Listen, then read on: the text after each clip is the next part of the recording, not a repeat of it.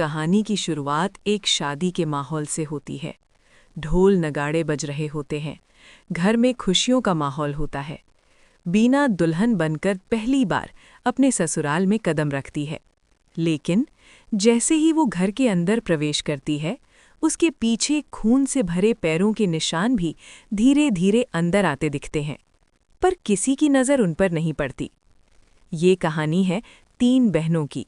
बड़ी बहन रीना, जिसकी शादी पहले ही हो चुकी है, मंझली बहन शीला, छोटी बहन बीना। शीला की शादी एक अच्छे परिवार में होती है। उसके ससुराल में उसका पति, एक छोटा देवर सोनू और 2 बड़ी ननंदे होती हैं। शादी के बाद शीला का जीवन सामान्य और खुशहाल चलता है। बस एक कमी होती है, पैसों की। कुछ समय बाद सोनू काम शुरू करता है और देखते ही देखते बहुत पैसा कमाने लगता है। अब घर में खुशहाली आ जाती है। समय के साथ शीला के 5 बच्चे भी हो जाते हैं, 3 लड़के और 2 लड़कियां। सब कुछ सही चल रहा होता है। धीरे धीरे सोनू शादी के लायक हो जाता है। एक दिन वो अपने दोस्त भवानी से बोलता है कि उसकी माँ से बीना से उसकी शादी की बात करें। परिवार वाले मान जाते हैं और जल्द ही दोनों की शादी तय हो जाती है। शादी धूमधाम से होती है, बारात जाती है और बीना दुल्हन बनकर घर आ जाती है। यही वो समय होता है जब खून के निशान घर में प्रवेश करते हैं। शादी के 6 महीने बाद सोनू की छोटी बहन के पति की अचानक मृत्यु हो जाती है।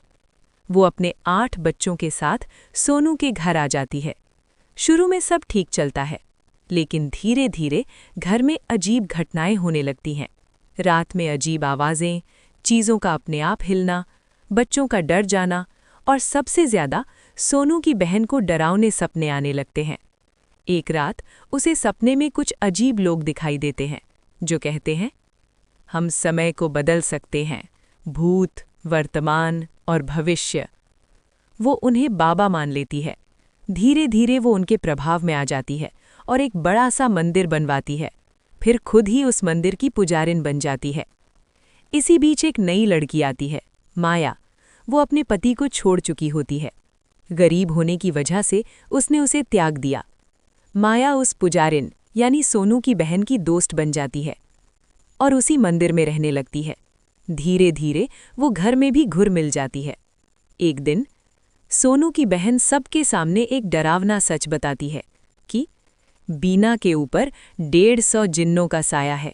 वो सभी जिन्न उसे अपनी पत्नी मानते हैं और माया उन्हीं जिन्नों की बेटी है। और वो कहती है, ये जिन्न बीना को इंसानों के साथ नहीं रहने देंगे। बीना के साथ जो भी रहेगा वो उसे भिखारी बना देंगे।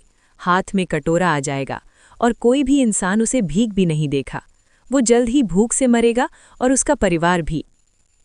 और वो खून के कदम आखिर किसके थे? डर के मारे परिवार ने वही किया जो पुजारिन ने कहा। हवन हुआ और फैसला लिया गया कि बिना की बला टालने के लिए सोनू की शादी माया से करनी होगी। इसके बाद बिना की जिंदगी नरक बन गई। उसे मारा पीटा गया, घर से निकाल दिया गया और मायके भेज दिया गया। वहीं उसने एक बेटी को जन्म दिया, लेकिन किसी ने खुशियां नहीं मनाई, बल्कि उस पर इल्जाम लगाया गया कि वो उस बच्ची को किसी दूसरी दुनिया से लेकर आई है। उधर सोनू और माया के बीच रिश्ता गहराता गया।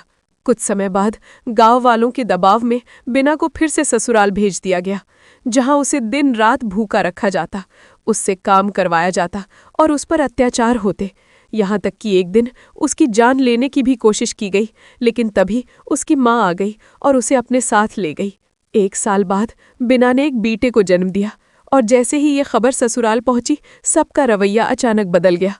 सोनू खुद उसे वापस घर ले आया, लेकिन अब सच धीरे धीरे सामने आने लगा था। बिना को पता चला कि सोनू और माया के बीच रिश्ता है और माया का एक बेटा भी है जिसका पिता सोनू ही है। कुछ ही दिनों बाद पुजारिन ने दोनों की शादी भी करवा दी। अब बिना उसी घर में रहकर सब कुछ सह रही थी, अपने बच्चों के साथ एक नौकरानी जैसी जिंदगी।